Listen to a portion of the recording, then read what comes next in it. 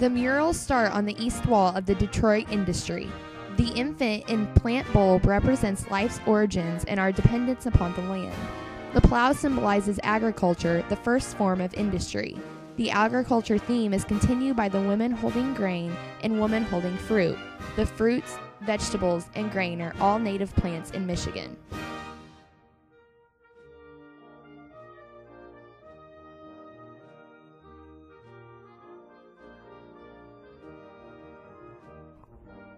The upper center panel depicts the white and Asian races holding limestone and sand.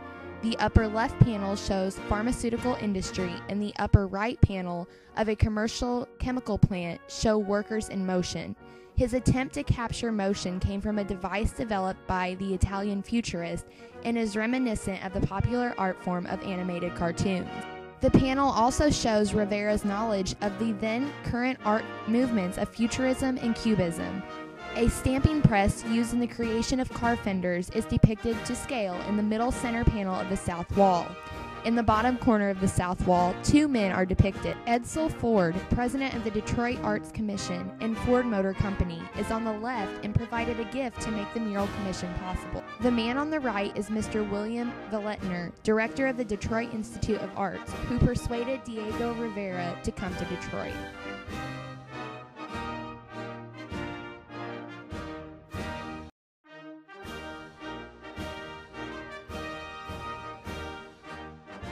Themes that are started on the east wall are continued on the west wall, where technologies such as aviation and shipping are represented.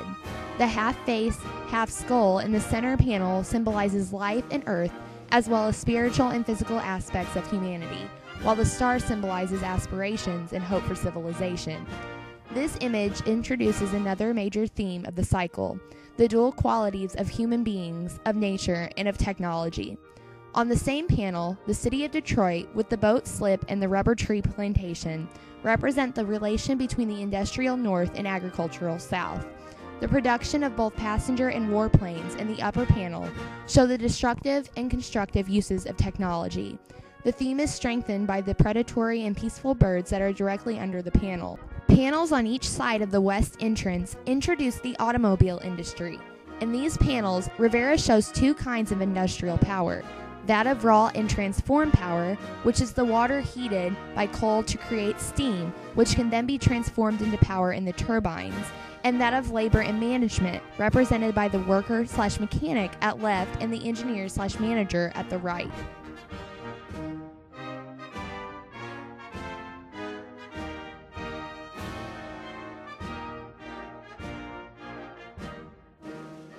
The north and south walls are devoted to three themes: the representation of the races that shape North American culture and make up its workforce, the automobile industry, and other industries of Detroit.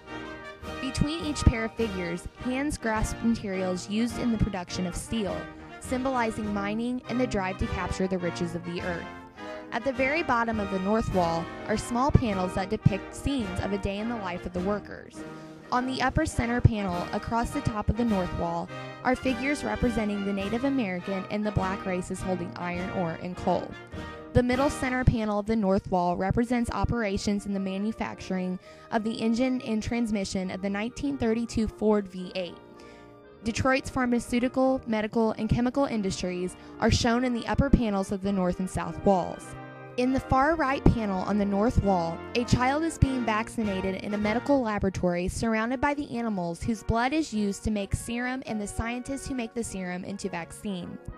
In the far left panel, chemical bombs are being made, and in the panels beneath both of these scenes, Rivera further contrasts the constructive and destructive results of science: a healthy human embryo, below the vaccination panel, and the cells suffocated by poisonous gas, below the chemical bomb panel.